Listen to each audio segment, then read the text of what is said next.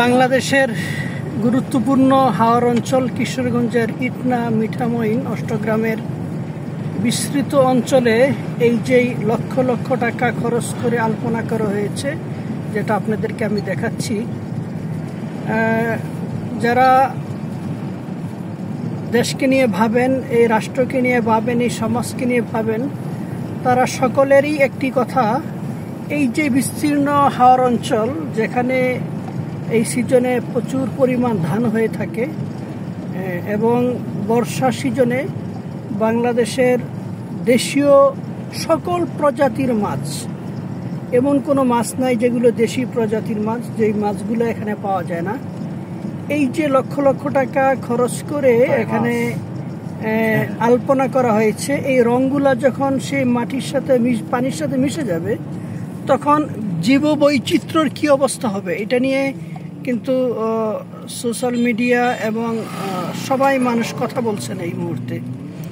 তো আমরা একটু ঘুরতে এসেছিলাম, ঘটনাক্রমে সে আলপনাটাও পেয়ে যাই এবং আমরা এটা আপনাদেরকে একটু শেয়ার করছি যে যেখানে মানুষ এখনো না খেয়ে থাকে, চিকিৎসায় যেখানে মানুষ এখনো হাসপাতালে সিট পাচ্ছে না, সেই মুহূর্তে লক্ষ লক্ষ টাকা খরচ করে এই হাওরের মাঝখানের এই সুন্দর রাস্তাটাকে আলপনা করতে হবে, মানে এর চেয়ে বোকামি যে আর কি হতে পারে, এটা আমি বুঝতে পারছি না।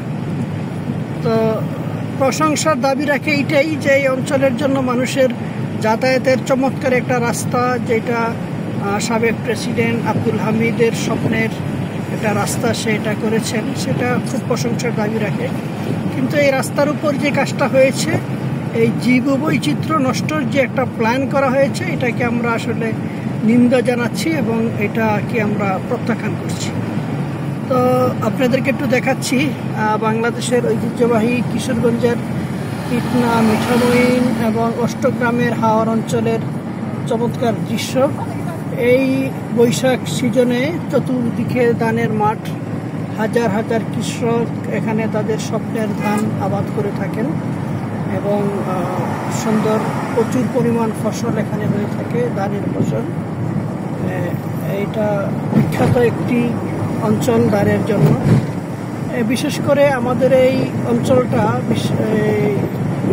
কি বলে কিশোরগঞ্জ, নেত্রকোনা, জামালপুর এবং এদিকে সুনামগঞ্জ এবং হবিগঞ্জের এই অঞ্চলে প্রচুর পরিমাণ হাওর অঞ্চল, এই অঞ্চলগুলোতে প্রচুর পরিমাণ ধান হয়।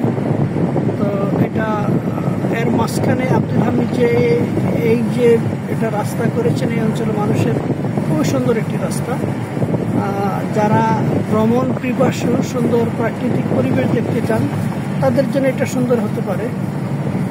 তো সকলকে ধন্যবাদ, মোবারকবাদ জানাচ্ছি।